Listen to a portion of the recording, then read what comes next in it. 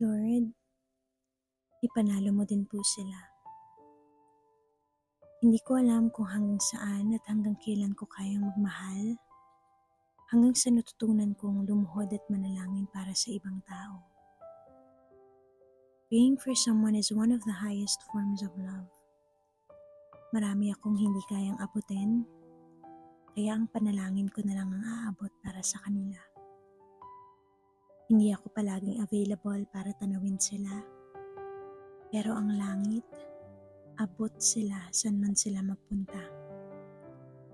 Naaalala mo rin ba yung mga sandaling halos magmakaawa ka sa Diyos para sa ibang tao? Dear, hindi bingi ang Diyos at palaging bukas ang langit maging sa mataimtim mong panalangin para sa ibang tao. May mga araw na may maibibigay ka sa kanila, pero may mga araw din naman na tanging panalangin lang ang kaya mong ialok.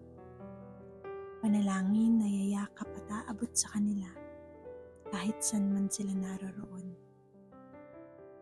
This is your sign to go back and pray for someone today.